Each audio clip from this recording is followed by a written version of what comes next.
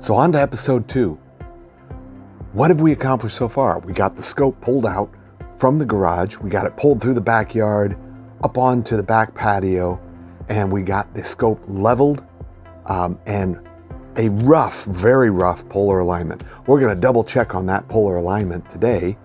We're also going to double check on the pads and the support structure to make sure that everything is in good shape there. And then we're going to go through a polar alignment procedure, pointing the scope at what I believe to be Polaris, and we're going to use Sharp Cap to double check on our rough alignment. And if we need to make an adjustment, laterally to get closer to that pole, that's what we're going to do. We are in good shape as it relates to elevation, so it should just be a lateral move. And then we're going to run through a formal polar alignment routine through Sharp Cap, get everything up and running, and into a focus routine for the scope. That should put us on a firm foundation for getting a solid image, clear, bright, crisp, clean stars set up for our next session in PhD 2. So that's what we're going to learn about today on another episode of Astro Playground. Stick around.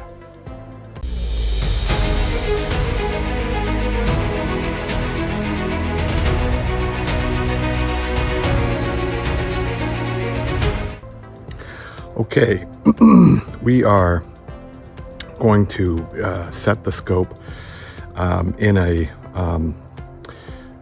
different position, not too terribly different from where it's been, but I wanted to pull it forward because of if you can see behind me in this video, that big crepe myrtle. I wanted to pull it forward from that crepe myrtle just to make sure that I could get a clear view of the western sky. So that's what we're going to do now, is to just double check the level on the tripod and the pier plate. Make sure that everything is level in both axes. We're going to run a polar alignment routine, and just to make sure on the rough polar alignment as to where the scope is, and go ahead and get it set for some imaging, hopefully. On to our next step.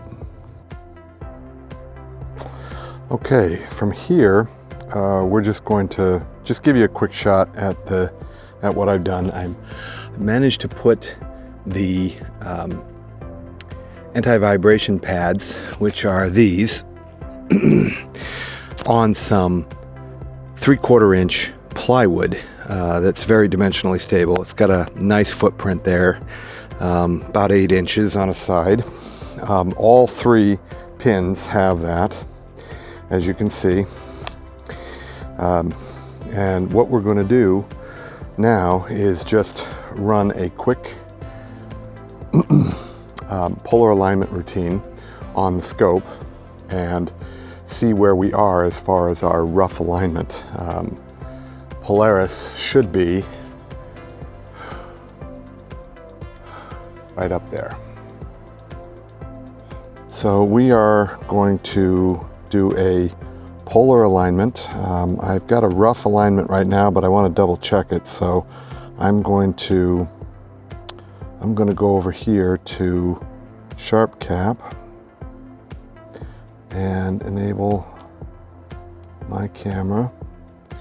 Okay, so in setting up our polar alignment, I have sped up the video so that you can see the process, but you're not being forced to watch several minutes of the process.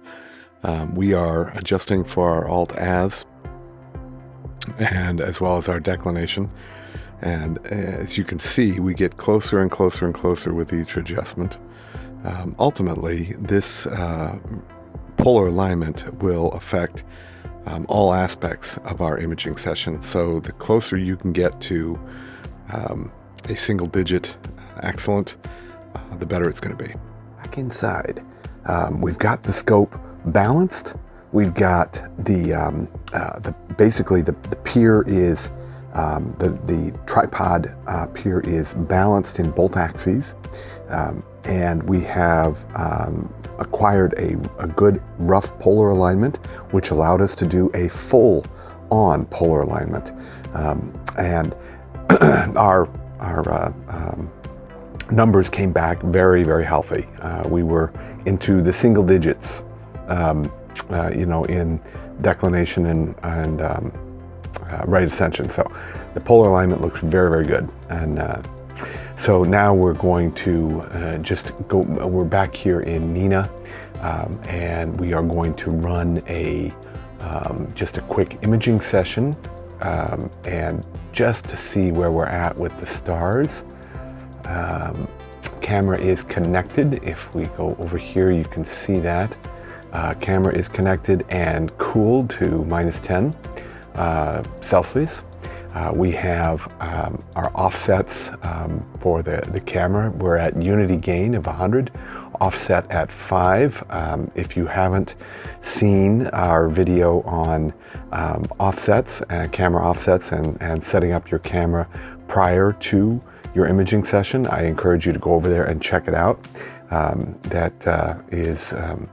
There is a lot explained there that is easily missed. And if you're not familiar with histograms and how the sensor is displayed through the histogram and how to set your offset based on that information, I encourage you to check out that video.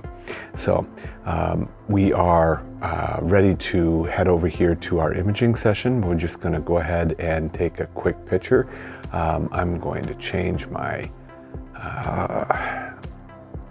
duration to say 3 seconds, and we are going to set our binning at 3x3 and go ahead and pop an image. See how it looks. Okay, so we are definitely out of focus. And it looks like by a significant amount. I'm not sure if the autofocus routine will handle this or not. We're going to give it a shot and see how well it does. If not, I may have to go out and just achieve a more suitable manual focus before the autofocus routine, but we'll give it a shot here. So autofocus routine, as you can see, this is our previous autofocus routine. We were sitting at a hyperbolic R squared of 99, which is excellent, and HFR is right on target. As far as the distance between our focus points. So let's just give this a shot and see. And I'll go ahead and speed up the video from here.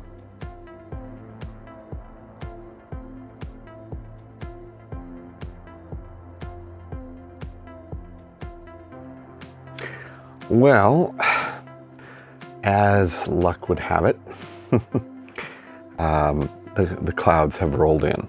So we will have to put a pin in this until we get some clearer skies and we can run a focus routine. I've gotten so used to clear skies over the last 3 or 4 nights that I just took it for granted. Silly me. And so I took an image and what? Where did all the stars go? What's up with that? Later, in the void. And yeah, I walked outside and clouds. Somebody in my group must have bought some new equipment. That's what happened. Somebody in Astro World bought some new equipment and cursed me with clouds. Flashback. Other thing, as far as for me, for news, the MIT has arrived. So it has arrived. End of flashback. Gotta figure out who the rat bastard is. We got some hate going their way. Yes, we do. So we'll put a pin in this for now, and we'll come back to it. Several long days later. At this point, we're ready to run a focus routine. So we will go ahead and start our autofocus. And this takes a while, so I will go ahead and speed up the video.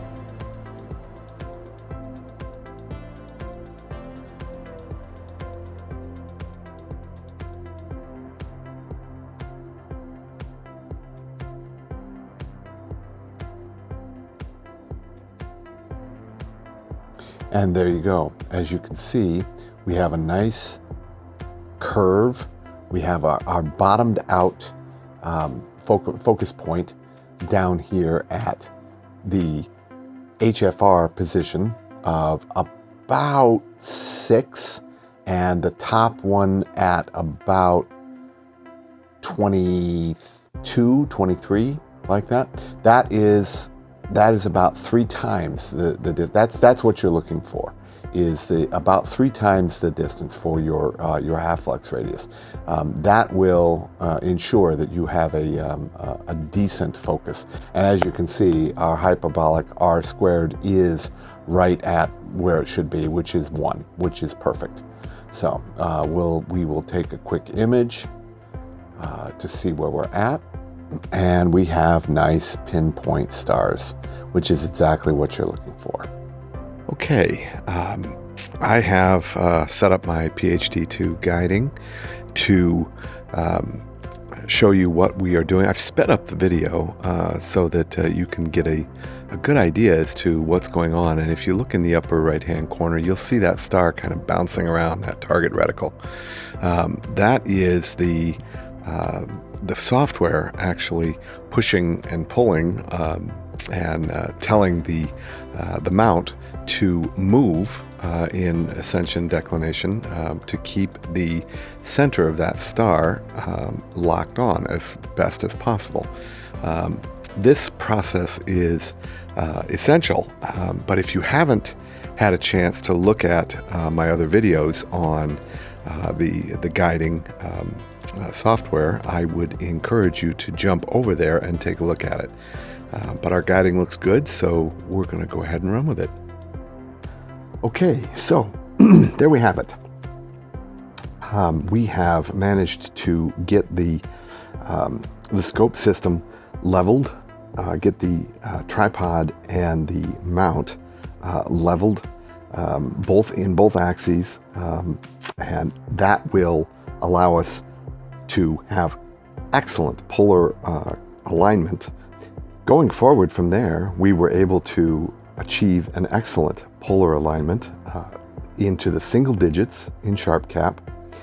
That allowed us to set the scope up so that in pointing to a star field and eventually a target, our guiding allowed us to lock on to a star and calibrate and guide on that star so that our mount would track not just sidereally, but it would track with the position of that star and the adjustments that were made through PhD2, sending pulses to the mount. That has put us into a position where target acquisition is now viable. So taking this next step, we will look at how we are going to acquire a target, slew and center on a target, plate solve on that target, resume guiding, and put the rig into a position where image capture at long exposure is possible. So in our next episode, we will be discussing these topics in detail. Pull those images into PixInsight using the software to stack the files and produce a good color image of your target. So if you like this kind of content, I would encourage you to consider subscribing to our channel. Give us a thumbs up, if you like what you see, and consider hitting that notification bell. That will ensure that when we do put new content up, that you'll be informed so you can come over and check out what we're doing here at Astro Playground. If you're in the market for new gear and you're looking to break into the world of astrophotography, or if you're just looking to upgrade your current gear, I would encourage you to head on over to Astroworld Telescopes. I provided a link at the very front of our webpage, right on our homepage, as well as a link below. It's an affiliate link. It doesn't cost you anything to use it, but we get a small commission on anything that you buy. Head on over and say hi to Dan and let him know that you got to him through an invitation from us here at Astro Playground. I would also encourage you to check out Astroworld TV. Come on over and be a part of our community there. We talk all things astrophotography, as well as the things that are going on in our personal lives, our other hobbies and sports and so on and so forth. And we have a tendency to go off the rails in our conversation. We have a lot of fun, and we encourage you to be a part of what we're doing there. Jump into the chat and let them know that you found Astroworld TV by an invitation from us here at Astro Playground. And for those of you that would like to support our channel in a more substantive way and would like to support us monetarily, I encourage you to buy me a coffee. Click on the link that you find in the on the homepage for our support service through Buy Me a Coffee. You can choose to support us at any level that you would like. All proceeds go to furthering our channel and making sure that we can bring you the kind of content that you've become accustomed to. So you can also choose to support us through a monthly subscription if you wish. There are 4 levels, and I will encourage you to head on over there and check out those levels. And if that is something that you would like to do, we appreciate all of your contributions. I also encourage you to comment on the video. We are always open to diverse opinion and process. If you have a different way of doing something, or you see me doing something that you think I could be doing better, I value your comments. So please comment below. Give us the courtesy of sharing your thoughts and your process with us. Tell us what you think we're doing right. Tell us what you think we're doing wrong. Heck, you know what? Tell me if you just think I'm being an idiot. I'm an idiot!